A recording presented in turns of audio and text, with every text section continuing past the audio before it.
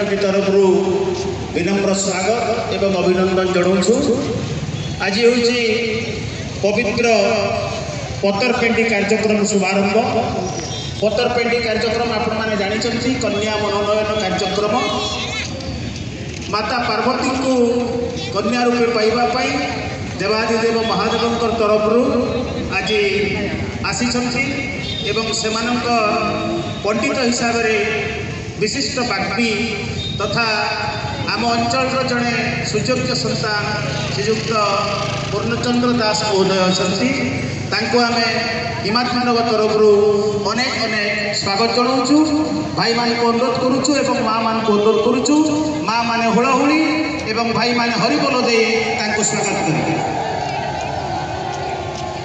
एवं आम हिमाद्रीनगर तरफ आज आम गहन उपस्थित रही पार्वती पक्षर विशिष्ट प्रवचक ए अंचल जड़े सुयोग्य संतान विशिष्ट वाग्मी श्रीजुक्त दीप्ति कुमार सिंह महोदय जहाँ प्रवचन माध्यम किसी समय पूर्व आपण को से स्तब्ध कर श्रीजुक्त दीप्ति कुमार सिंह को निश्चित भाव में समस्ते गोटे हुलाहुली एवं हरिबोल